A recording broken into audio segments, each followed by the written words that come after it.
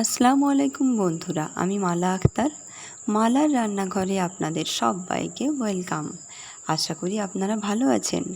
আজকে আমি দারুণ স্বাদের একটা হেলদি ব্রেকফাস্টের রেসিপি নিয়ে এসেছি, যেটা বাচ্চাদের টিফিনেও দেওয়া যেতে পারে। তাহলে চলুন রেসিপিটা প্রথম থেকেই দেখে নিই। তার জন্য আমি কিছুটা ওটসকে এখানে একটা মিক্সির বাটিতে গুঁড়ো করে নিয়েছি।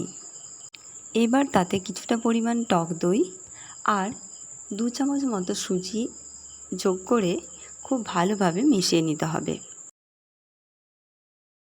সুজি আর ওটসের সাথে দইটা খুব ভালোভাবে মেশানো হয়ে গেলে একটু একটু করে জল দিয়ে দিয়ে ভালোভাবে পুরো ব্যাটারটাকে না পাতলা না মোটা এরকম একটা মাঝামাঝি পর্যায়ে একটা ব্যাটার রেডি করতে হবে।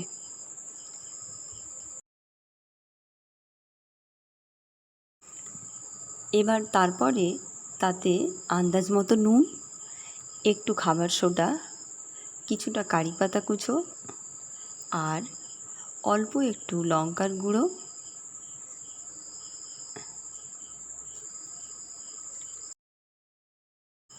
আর কিছুটা পরিমাণে ভাজা মশলা দিয়ে খুব ভালোভাবে পুরো ব্যাটারটার সাথে মিশিয়ে নিতে হবে।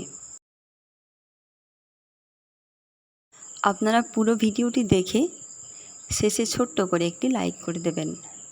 আর এখনও পর্যন্ত যারা আমার চ্যানেলটিকে সাবস্ক্রাইব করেননি তাদের কাছে অনুরোধ রইল চ্যানেলটিকে সাবস্ক্রাইব করে অল নোটিফিকেশান প্রেস করে রাখুন, যাতে করে আমার সমস্ত নতুন নতুন ভিডিও আপলোডের নোটিফিকেশান আপনাদের ফোনে পৌঁছতে পারে।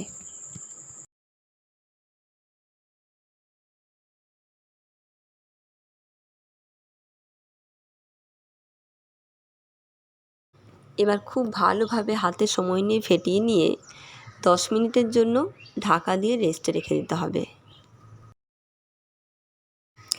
এই যে আমার এবার 10 মিনিট হয়ে গেছে। এখন দেখতেই পাচ্ছেন ব্যাটারটা কী রকমভাবে ফুলে উঠেছে।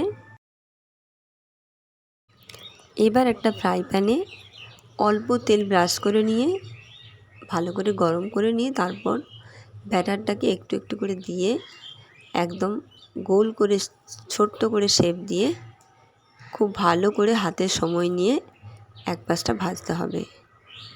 এই ভাজার সময়টা একটু ধীরে সময় নিয়ে ভাজতে হবে আর তেলটা একদমই যতটা পারবেন কম। আমাকে দেখতেই পেলেন আমি কীরকম অল্প পরিমাণে শুধু জাস্ট একটু ব্রাশ করেছি আর এক্সট্রা করে কোনো তেল দিইনি।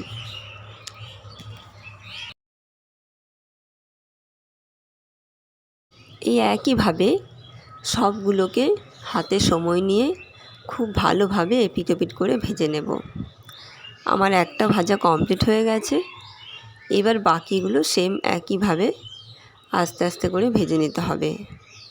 এখানে আপনারা এগুলো ফ্রাই প্যানেতে না দিয়ে হাতের কাছে যদি ইডলি স্ট্যান্ড থাকে তাহলে আপনারা ইডলি স্ট্যান্ডে বসিয়ে দিন, ঝটপট রেডি হয়ে যাবে। আর আমার মতো যারা ইডলি খেতে পছন্দ করেন তাদের জন্য এটা একটা খুবই সুস্বাদু খাবার। এটার টেস্ট অনেকটা ইডলির মতোই। আর এটা সার্ভ করবেন কোনো বাদামের চাটনি কিংবা নারকেলের চাটনি দিয়ে। তাহলে আজকে এই পর্যন্তই। আবার আসবো অন্য কোনো দিন নতুন কোনো রেসিপি নিয়ে। ততক্ষণে সবাই সুস্থ থাকবেন, ভালো থাকবেন। ধন্যবাদ।